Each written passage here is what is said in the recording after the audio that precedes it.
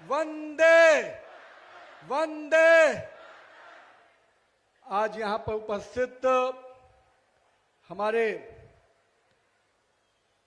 माननीय सांसद भाई कार्तिक चंद पाल जी, जिनका ऊर्जावान भाषण अभी हम सुन रहे थे, मेरे जिला अध्यक्ष निमई कविराज जी, हमारे बड़े भाई और बिहार सरकार के पथ और उद्योग के मंत्री आदरणीय दिलीप जायसवाल जी, हमारे विभाग के कन्वेनर इस क्षेत्र के शंकर चक्रवर्ती जी, हमारे चारों प्रत्याशी माननीय मनोज जैन जी जो चकुलिया से हमारे प्रत्याशी हैं, सुरजीत विश्वास जी गोलपोखर विधानसभा से, चित्राजीत राय जी इस्लामपुर से और श्री बीरज विश्वास जी करान दिग्घी से, मेरे भारतीय जनता पार्टी के चारों प्रत्याशी जो कमल का फूल लेकर आपके बीच में सेवा और समर्पण के भाव से काम करेंगे, ऐसा मैं आप सबके सामने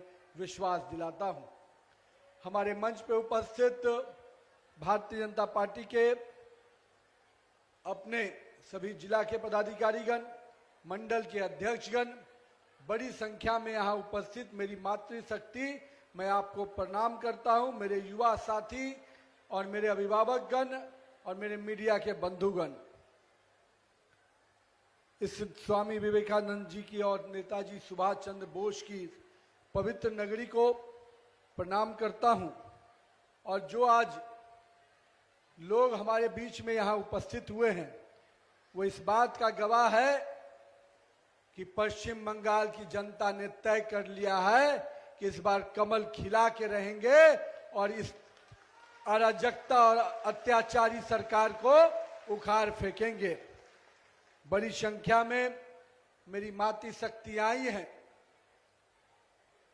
और मैं कहना चाहता हूं, ये चुनाव बहुत ही स्पष्ट रूप से दो भागों में है।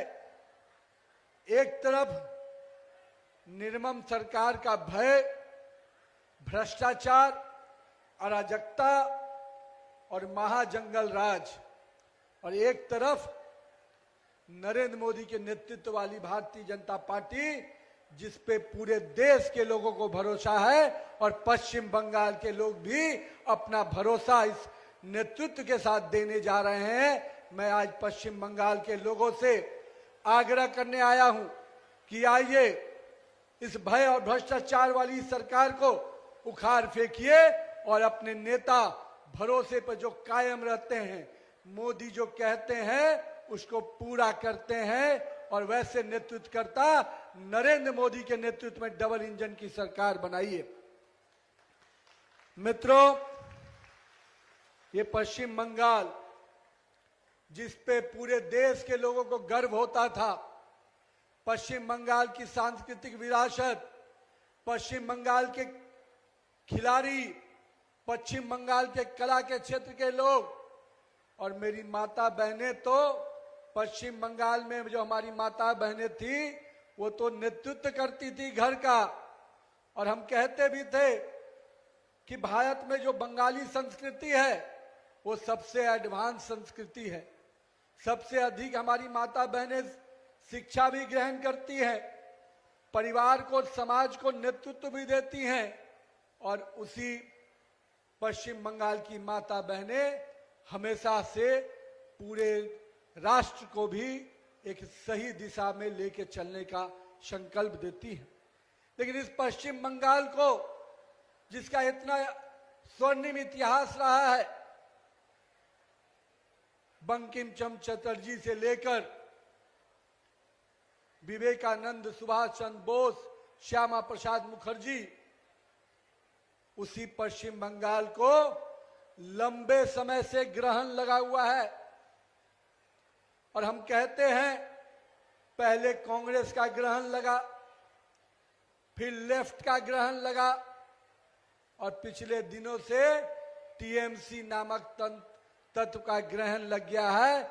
इस ग्रहण को खत्म करना है और इस ग्रहण को खत्म करके एक नरेंद्र मोदी के नेतृत्व वाली एक ऐसी भी सरकार बनाना है जहां हर गरीब के चेहरे पे खुशहाली हो, माता बहनें सुरक्षित हो, युवाओं के लिए रोजगार के नए अवसर हो, शिक्षा भी हो और पश्चिम बंगाल का उद्योग भी नए तरीके से संकल्पित होकर सृजन हो पाए।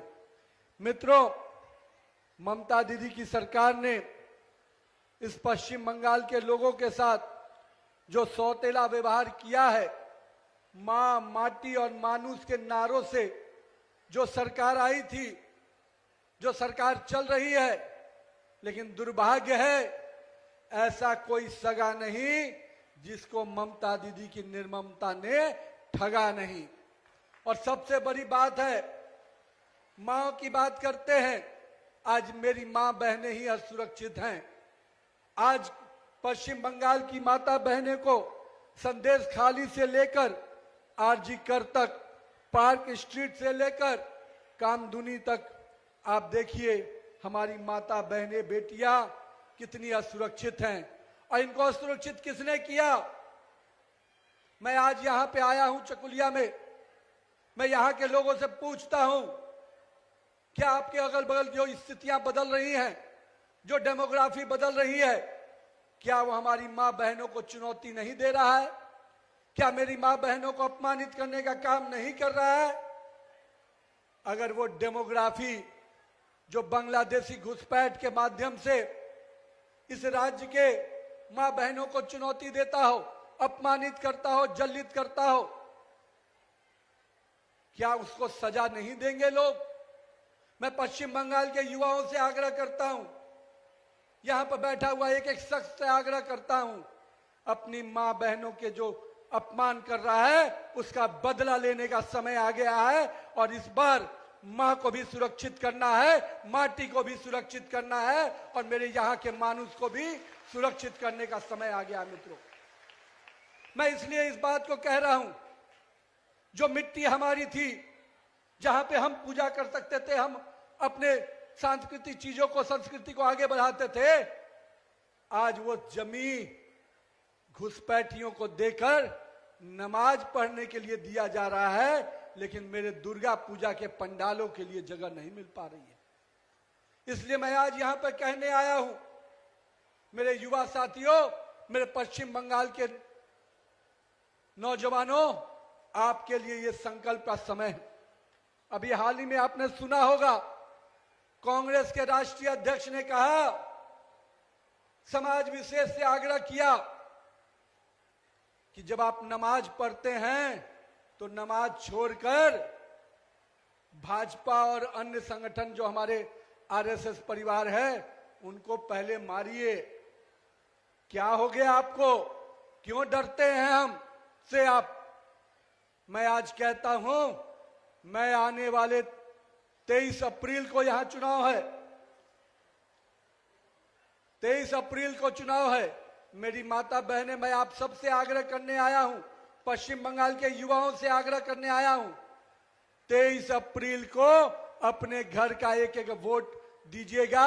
मान लीजिएगा उसी दिन दुर्गा पूजा भी हो गया, उसी दिन रामनवमी भी हो गई, क्योंकि आज के दिन लोकतंत्र के इस महापर्व में आपको भाग लेना है। उन लोगों से जो हमें हमारी हत्या करने की बात करते हैं, जो हमारी मां बहनों की तरफ गलत निगाहें देखते हैं, उनको अगर सजा देना है लोकतंत्र में, उन वैसे राजनीति का अंत करना है, वैसे राजनीति की हत्या करना है, तो वैसे राजनीति का हत्या करने का दिन 23 अप्रैल का दिन है। जो हमारी हत्या करेंगे, हम लोकतंत्र के वोट के चोट से उनको पूरी तरह से नस्ते नाबूद कर देंगे। मित्रों, मैं आज आप इसलिए आपसे आग्रह करने आया, क्या बयान देते हैं राष्ट्रीय अध्यक्ष? मैं तो कहता हूं राहुल गांधी से, और मैं कहता हूं टीएमसी के नेताओं से, भारतीय जनता पार्टी के नेताओं की खूबसूरती यही है, और हमारे नेता नरेंद्र मोदी जी, जब कांग्रेस के लोग, जो कांग्रेस के तथाकथित नेता और ये अपोजिशन के लोग जब हमें गाली देते हैं, जनता हमको जीत का हार पहनाती है, हमें जिताकर फिर से और मजबूत करती है। मित्रों, इसलिए मैं कहूंगा कि ये समय है, आ गया है। अब यहां पर टीएमसी की सरकार चल रही है लंबे समय से।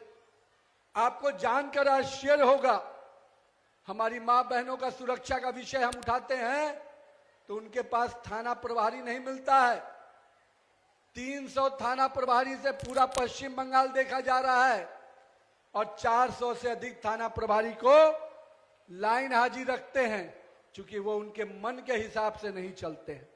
उनको पश्चिम बंगाल के लोगों को सुरक्षा देने से मतलब नहीं है, घुसपैठियों को बचाने से मतलब है। मित्रों, आपको याद होगा कुछ दिन पहले ममता दीदी काला कोट पहनकर सुप्रीम कोर्ट गई थी। किसके लिए गई थी? किनको बचाने के लिए गई थी? मुझे आपको बताते हुए दुख होता है कि सुप्रीम कोर्ट का दरवाजा खटखटाने काला कोट पहन के गई थी, तो वो इरादा किसके लिए था? उन बांग्लादेशी घुसपैठियों को बचाने के लिए सुप्रीम कोर्ट का दरवाजा खटखटाने गई थी। 60 लाख से अधिक जो घुसपैठियों के नाम काट दिए गए हैं और जिनके कारण बंगाल के, पश्चिम बंगाल के लोगों का हक मारा जा रहा था, उनको बचाने के लिए दिल्ली गई थी।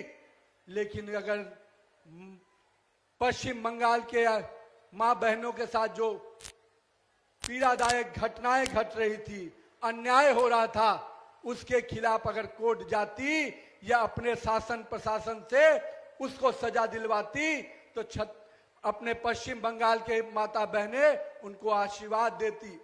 पर उसके लिए तो आपको चिंता नहीं हुई। आपका शासन प्रशासन उनको बचाने के लिए नहीं आगे बढ़ा, लेकिन आपका शासन प्रशासन मां बहनों को जिल्लित करने के लिए, अपमानित करने के लिए कहीं ना कहीं हमेशा नजर आता है। लेकिन मित्रों, ये जो टीएमसी है, तोलाबाजी वाली सरकार, तुष्टीकरण करने वाली सरकार, माफिया वाली सरकार और महिलाओं का अत्याचार करने वाली सरकार, करप्शन में घिरी हुई सरकार और भाईपों के माध्यम से कट मनी लेने वाली सरकार, इसको इस बार बंगाल की खाड़ी में विसर्जन कर देना है, ताकि आने वाले समय में ऐसा कोई ताकत नहीं खड़ा हो पाए जो पश्चिम बंगाल के लोगों को कहीं ना कहीं शोषण करने के लिए और कहीं ना कहीं अपमानित करने के लिए बना हो। गंगा बह चुकी है मित्रों, हिमालय के पर्वत से निकलते हुई गंगा पूरी तरह से सब तरह की गंदगी जो थी उस सब को अपने अंदर ग्रहण करते हुए, बिहार को भी साफ करते हुए अब पश्चिम बंगाल से निकलकर बंगाल की खाड़ी में जाने वाली है और इस बार जाते जाते टीएमसी का भी विसर्जन हो जाएगा मित्रों। इसलिए मित्रों, मैं आया हूं आपके बीच में इस बात को रखने के लिए कि पश्चिम बंगाल के लोगों को जो विकास की योजनाएं मिलनी चाहिए थी, जो सपने अभी हमारे सांसद जी कह रहे थे, प्रधानमंत्री आवास योजना के माध्यम से करोड़ों गरीब परिवारों को मकान मिला, आयुष्मान भारत योजना के माध्यम से करोड़ों परिवारों को स्वास्थ्य बीमा मिला, लेकिन दीदी को यह पसंद नहीं था। दीदी से पूछना चाहिए क्यों नहीं पसंद था। दीदी नहीं बताएगी, मैं बताता हूं। इसलिए नहीं पसंद था कि उसमें दीदी का चेहरा नहीं था और इसलिए उन्होंने करोड़ों लोगों को, लाखों लोगों को उन योजनाओं से महरूम कर दिया, क्योंकि उसमें प्रधानमंत्री आवास योजना का नाम था, उसमें आयुष्मान योजना का नाम था, जिसमें उनका चेहरा नहीं दिखता था। मुझे मालूम हुआ है जो क्लब हाउस है उनको जो पैसा देती हैं दीदी, इसलिए पैसा देती हैं कि उन पूजा पंडालों में पहले मेरा चेहरा चमका देना, तभी कहीं वहां पर काम आएगा, अदरवाइज तुमको पैसा नहीं देंगे। यह है यहाँ की सोच। और मैं आपको इसलिए आज यहाँ पे आग्रह करने आया हूं, ये जो विधानसभा है, इस विधानसभा का एक एक वोट कीमती है, क्योंकि बड़े पैमाने पे यहाँ घुसपैठियां हैं मित्रों। अभी कल मैं एक जगह भाषण दे रहा था, अलीपुर द्वार। मैंने वहां के लोगों से पूछा कि भाई इसका नाम क्या होना चाहिए, तो नीचे से आवाज आ रही थी कि अब अलीपुर द्वार नहीं चलेगा। मेरे टीएमसी के भाइयों को लगा कि मुझे भूगोल नहीं पता है। अरे मुझे आपका इतिहास पता है, आपकी मंशा पता है। आप तो पूरे पश्चिम बंगाल को बांग्लादेश बनाना चाहते हैं, लेकिन हम इस अलीपुर द्वार से लेकर इस्लामपुर तक निश्चित रूप से ऐसे नाम, ऐसे शब्द जो पश्चिम बंगाल के संस्कृति के विपरीत हो, पश्चिम बंगाल के लोगों की भावना के विपरीत हो, उसको नहीं रहने देंगे। 4 मई के बाद निश्चित रूप से इन नामों के परिवर्तन के साथ आपके जीवन में परिवर्तन आएगा। मित्रों,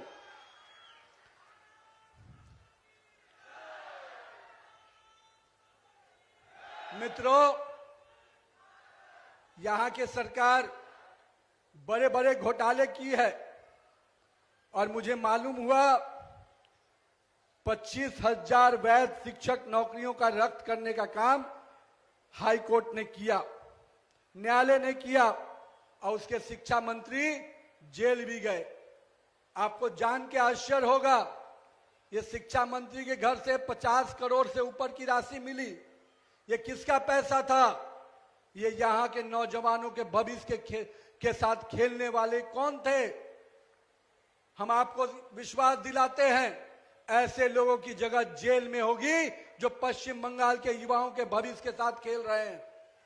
और आने वाले समय में जैसे जैसे मंत्री का दर्जन भर लिस्ट है, आप निश्चिंत रहिए, इन सबको इनकी सही जगह पर पहुंचाने का काम आपके नरेंद्र मोदी के नेतृत्व वाली सरकार बनेगी तो हम लोग करने जा रहे हैं। मित्रों, मुझे जानकारी मिला, बहुत सारे वंदे भारत सब चीज की चर्चा माननीय सांसद जी कर रहे थे। एक बात और आज आपके बीच में कहने आया हूं। बड़ी संख्या में हमारी माता बहनें आई हैं। माननीय प्रधानमंत्री जी 16, 17, 18 अप्रैल को विशेष सत्र बुला रहे हैं। किसके लिए? माता बहनों को अधिकार दिलाने के लिए, नारी वंदन अधिनियम को लागू करने के लिए।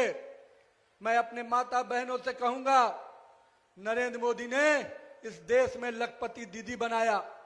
उन लखपति दीदी को स्वावलंबी, खुद पे के पैर पे खड़ा होने का काम कराया। आज हमारी माता बहनें खुद के पैर पे खड़े होकर अपना घर भी चला रही हैं और समाज को भी मदद कर रही हैं। लेकिन इस पश्चिम बंगाल में यहाँ की सरकार की चिंता नहीं है। वो दीदी कुछ राशि देती हैं, पर चिंता मत कीजिएगा, जितना वो देती हैं उतना से अधिक हमारी सरकार देगी और साथ ही साथ आपको सुरक्षा भी देगी, सम्मान भी देगी और स्वाभिमान के साथ आपको आगे लेकर चलने का काम करेगी। लेकिन ममता दीदी से मैं कहूंगा, अगर है हिम्मत आप में तो मेरी माता बहनों को हक दिलाने का जो बिल पेश होने वाला है, जो 33% आरक्षण लोकसभा विधानसभा में मिलने वाला है हिम्मत तो दीदी मेरी माता बहनों का अगर चेहरा देखकर आप उसमें समर्थन करती हैं, तब मैं मालूंगा कि आप महिलाओं का सम्मान करती हैं। नहीं कर पाएंगी, मुझे मालूम है, क्योंकि उनको तो वोट की राजनीति दिखती है, उनको तो तुष्टीकरण दिखता है।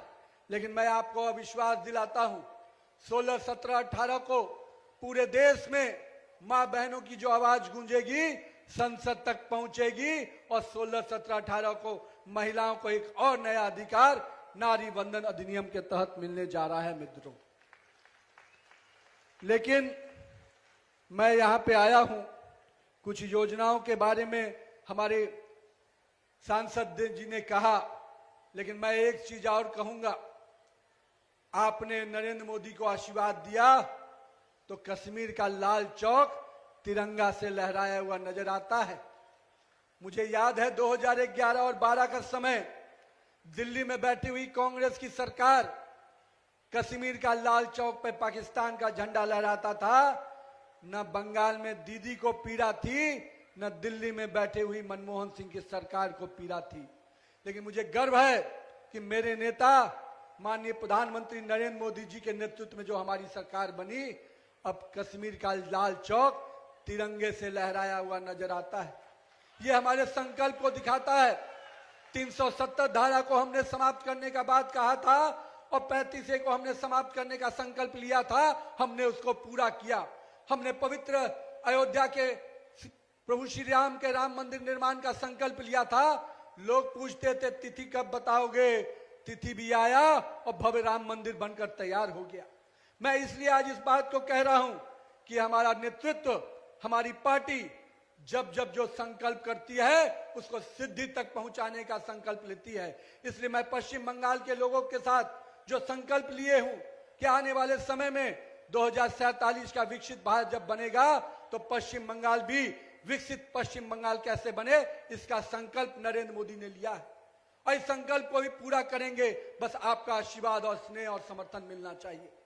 मैं आज यहां पर 7वें वेतनमान में जो अभी तक लंबे समय तक नहीं दिया जा रहा था, माननीय गृह मंत्री जी ने घोषणा कर दिया है, भाजपा ने घोषणा कर दिया है, हमारी सरकार बनेगी और हम तुरंत में अपने लोगों के लिए 7वां वेतनमान आयोग का लाभ उनको देंगे। ऐसे विभिन्न विभागों में जो लाखों पदों की नौकरियां खाली हैं, उन रिक्तियों को भरने का काम करेंगे। जो भर्ती घोटाला के कारण हमारे प्रभावित हुए हमारे युवा छात्र, उनको 5 वर्ष की विशेष सहायता उम्र में देने जा रहे हैं। साथ ही साथ जो नौकरी के में घोटाले हुए हैं उनको रद्द भी करेंगे और उसके दोषियों को सजा भी दिलाने का काम करेंगे। मैं आज इसलिए इन बातों के संकल्प को दोहरा रहा हूं कि आने वाले समय जब हमारा संकल्प पत्र आएगा, आप मान के चलिएगा नरेंद्र मोदी के संकल्प पत्र में पूरा होने की गारंटी होती है और यही बात मैं आपके सामने रखने आया हूं। अब मेरी माता बहनें, मेरे युवा साथी, 23 अप्रैल को आपका मत एक एक घर से निकलकर उस दिन वोट पड़ना चाहिए, क्योंकि 4 मई को हम लोगों ने तय किया है फिर से होली मनाएंगे और 4 मई को भगवा होली मनाएंगे और पूरे पश्चिम बंगाल में भगवा होली के माध्यम से इस टीएमसी की सरकार को उखाड़ फेंकेंगे। मित्रों, तो मैं आज के दिन अपने चारों प्रत्याशियों के लिए आपसे वोट की अपील करने आया हूं। आपको एक संकल्प लेने आया हूं कि मेरी मां बहनों को सुरक्षित जीवन देंगे, स्वाभिमान के साथ उनको आगे बढ़ाएंगे और उनकी सुरक्षा की चिंता भारतीय जनता पार्टी की सरकार करेगी।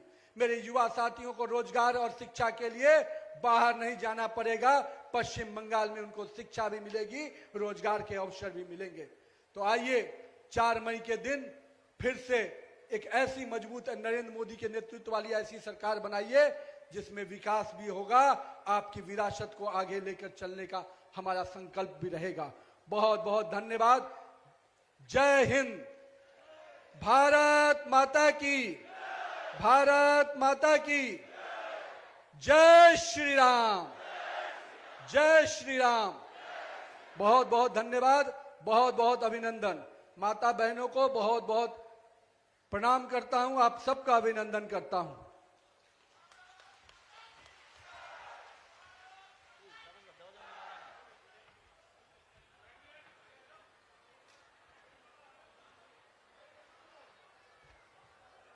আমরা সবাই বিজয় সংকল্প মুঠে বাঁধবো, সবাই হাত উঁচু করে বলবো ভারত মাতা কে, ভারত মাতা কে, भारत माता के। वंदे वंदे बीजेपी बीजेपी। भारत माता के, भारत